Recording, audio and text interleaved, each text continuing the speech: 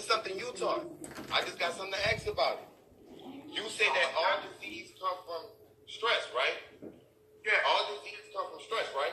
Right.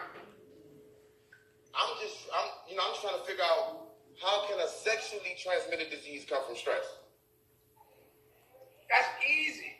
First of all, you can't.